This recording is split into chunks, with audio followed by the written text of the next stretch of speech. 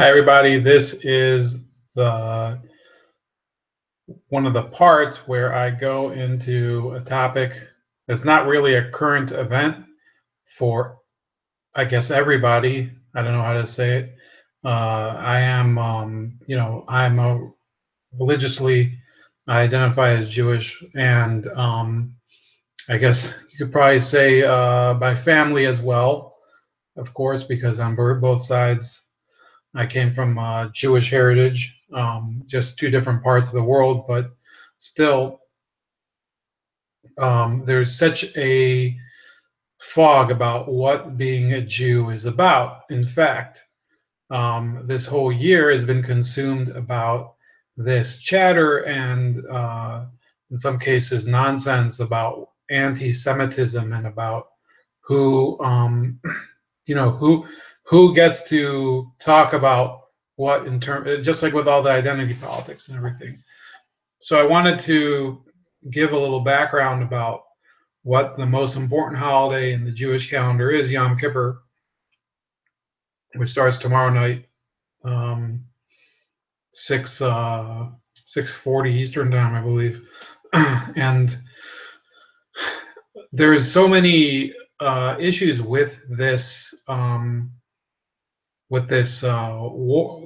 this holiday where people kind of have a misconception. Now, the name Yom Kippur literally in English means Day of Atonement, and in many respects, it is the day that each individual has to uh, plead basically for mercy from God for the next coming year based on his sins from the previous year. Now, unfortunately, I can tell you from experience, every year you go, well, okay, so my experience, not everybody's experience, I go through, some periods where I say, yeah, I'm going to change my ways, but in the end, I think that I've been mostly on a religious continuum. I haven't been getting more or less religious in the past few years, and I think it stems from the fact that I grew up in a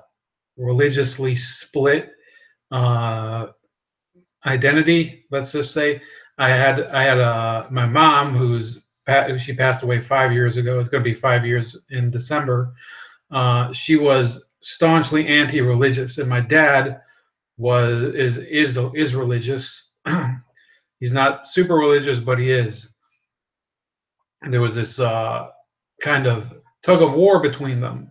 So I kind of grew up in two different worlds, where on one side you had somebody, my mom, she would say any sort of religious observance, it's kind of more symbolic, and in the end, it's not even, it's too much of an imposition. Now, she grew up in a very secular environment. She'd been adopted by a kibbutz back in the 60s, and therefore, over there, they would strain the religiosity out of people who came from traditional families. Not the same thing with my dad, but that's a different story for another day.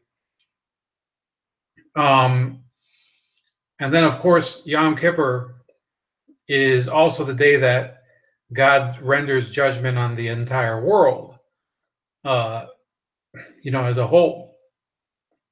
And it said that He will render judgment on who will. I mean, let me see here.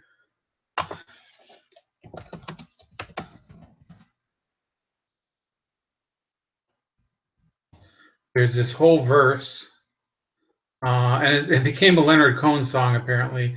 I don't really like Leonard Cohen that much in terms of his. I just couldn't get into it. It was, to me, just a little too bleak and melodramatic.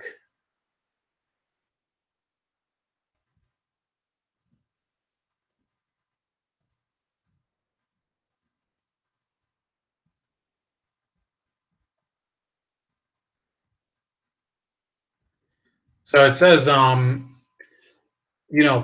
of the prayer, and it's a rather long prayer. It's by It's called an Natana Tokef. It says, an Natana Tokef, I don't know what it even means. It means let us speak of the awesomeness. Wow. I didn't know that.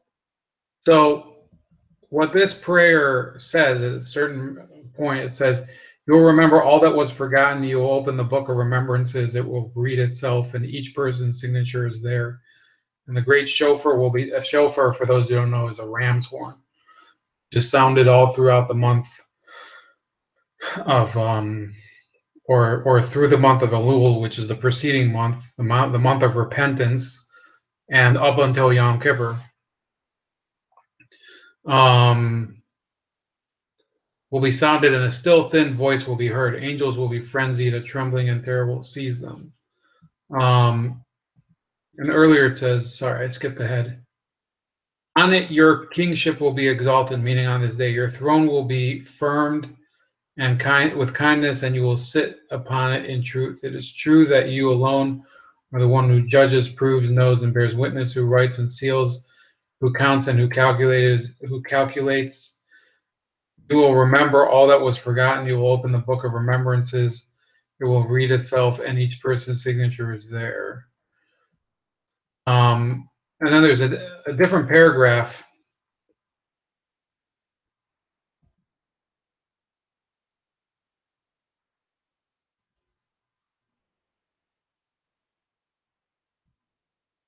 Here it says, on Rosh Hashanah will be inscribed, and on Yom Kippur will be sealed. How many will pass from the earth, and how many will be created? Who will live, and who will die? Who will die after a long life, and who before his time? Who by water, and who by fire? Who by sword, and who by beast? Who by famine, and who by thirst? Who by upheaval, and who by plague? Who by strangling, and who by stoning? Who will rest, and who will wander? Who will live in harmony, and who will be harried? Who will enjoy tranquility, and who will suffer?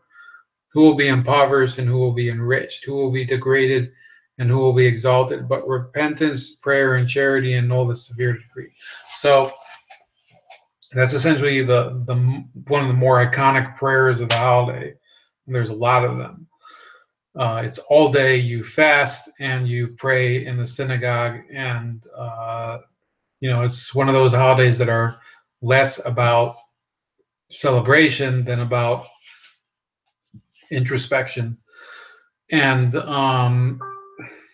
unfortunately, I think that there's a wide disparity about what that means to different people. Or maybe it is, fortunately, maybe it means that people can have individual perceptions of it that are very unique to one another, unique in and of themselves. But there's so many other themes that come out of it. That, for example, there was the Yom Kippur War. For those of you that don't know, the Yom Kippur War started on October 5th, 1973. If you're asking, well, how's Yom Kippur tomorrow if it happened on October 5th? Well, there's a different calendar in Judaism. So the dates vary every year in English. And I mean the Gregorian calendar, which is a Western calendar. Yeah, so the Yom Kippur War, my dad was involved in it. He was, I think he was either a reservist or he was a conscripted soldier in the Sinai Peninsula. It is one of the more famous events that happened on Yom Kippur, because on that day, it was two Arab states attacked Israel, and Yom Kippur, and that's a cheap shot, because Yom Kippur is a day when all the Jews are fasting and praying in the synagogue, and they actually chose that day on purpose because they would be the most vulnerable of any time during the year. And it was the most traumatic event of Israeli history.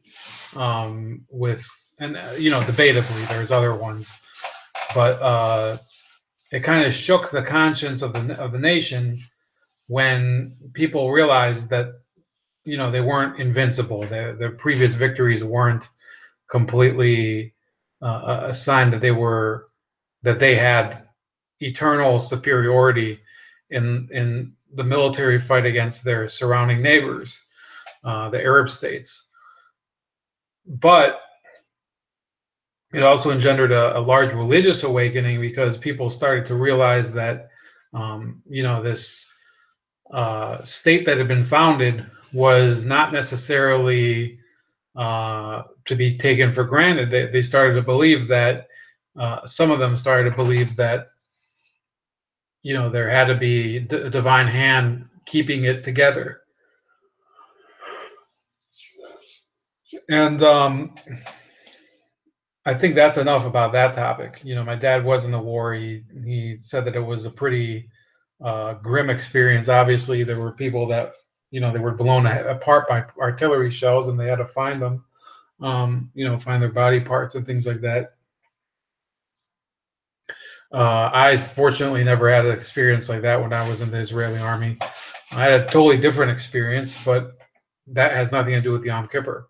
The Yom Kippur holiday, basically, when you go and you're standing the whole day in a synagogue, you kind of reflect at times on whether you are actually being the person that you were purpose sent to the world to be. And I don't think that that's just a religious element. You're standing there, and many times you're reading the text.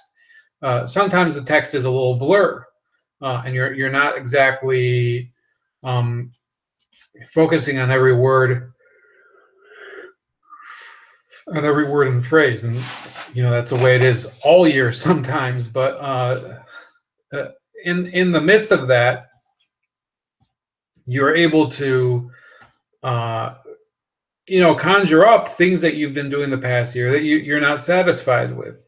And I don't think it's necessarily things religious. They could be just relationships with people, and things that you did that were wrong, and actual sins and that we believe in. So you're standing there, and like I said, there's many cases, and this is I think the only further point I'm going to make today, because I think it's the most relevant to anybody, Jewish or not Jewish. I think many people have known that the past year and a half, which is a peculiar circumstance in our history, we've seen many friendships and relationships go down the tubes due to differences of opinion. And I know I've had a number of those for various reasons. So traditionally, you ask forgiveness on Yom Kippur for the people that you've offended, or that whose feelings you've hurt. Now, I'm going to say here that I don't think that that's forthcoming anymore for a lot of those people. I think people have dug themselves in so far that it would actually take a real revelation for some of them to actually be able to reconcile with each other, because I think that we have gotten to a point where our commonalities with each other have just eroded. If our commonality is based on religion and on a shared heritage, then if we can't agree on what that heritage is and what the strictures of that are, then it's actually more of a division point than it is a point of unity. It's something that's important for both people involved in the argument, but for vastly different reasons. Let me give you an example. There was one guy last year, extremely political on the left, who's also happens to be very religious. And we just kept going back and forth with him, and he'd be disrespectful to us, and we'd be disrespectful to him and his not to get too far into it, but he started bringing other people into it, and or they would be joining, and me and my buddy, who I'll call Boris the Spider, and I don't think he's going to be watching this, but Boris is a hilarious guy. He he started he started really like getting on this guy's nerves, and I would go even further. And this guy would also he'd shoot back. He'd call us like ignorant morons and basically dupes and whatever. And at some point, I did think that it was necessary to take a step back and not comment on his stuff. And for a while I thought, okay, so we're gonna have an unwritten, unspoken understanding that I'm not gonna go, I'm not gonna go to you and just BS on your page, and you're not gonna go to me and do the same thing. But I think that he never really understood that, because yeah, it was unwritten and unspoken. So there was no way technically for him to know that. So he started an argument with me, and I went full thermonuclear with him. And I think it happened once or twice, and then that's it. He no longer had any more communication with me, because I really went as hard as possible against him. And this was during the election. It was a horrible, horrible period for friendships. So after the election, this guy just kept doubling down. I thought, this election is over. People are going to go back to being the way they were before. And then this was somebody who I used to, drop by his house every once in a while. He has 5 kids, and, speak to him, speak to his wife, have a few conversations, bring some drinks. And I thought, one day maybe that can come back. Well, I don't think it's going to come back. And despite all the power of Yom Kippur, I think one of the things it never claims to do is to set the world as it was before. It's almost like all it means is that you lay down your baggage before God and let him decide what to do with it. Of course, you are supposed to ask forgiveness of the people that you did offend, like I said earlier. But in some cases, I think that people really show through what they get into fights over what they really think, and it often reveals just how flimsy and tenuous whatever friendship there was before. It could mean that in reality there is very little in common between people, and that the argument is plenty valid and should be it should be pursued to its end. There's certainly a point to that. And then other times I think that it's really petty to hold on to those grudges. I think I've become better at letting go of grudges over the past few years. But the climate of the past 1 to 2 years, especially during the election, the one thing I can say is that I've lost a number of friends, but I've gained a lot of friends, and it's given me a whole new window on the way people think, and the various different approaches people can have, why they decide to support the positions that they do. And I don't think it's for nothing that it's been revealed to me. I mean, obviously I had an active part in it, because I can't just say, oh, it was it was Providence that got me into this whole thing where I'm interviewing people, or I'm obviously I'm trolling people. It was me who decided to do it, and it could be that everything that I'm doing is a waste of time and effort, as many would say in the religious community, because I could be using it for more productive means.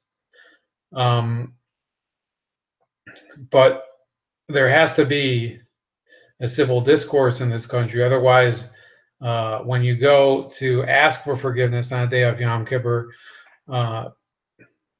there's just more and more reasons to fear that, we might actually be as ugly as we appear in those words that we type in. So that's it. Have a happy New Year, those of you that tuned in today. And I'll catch you later. It's bold like a leopard. This is Ramon, and see you next time.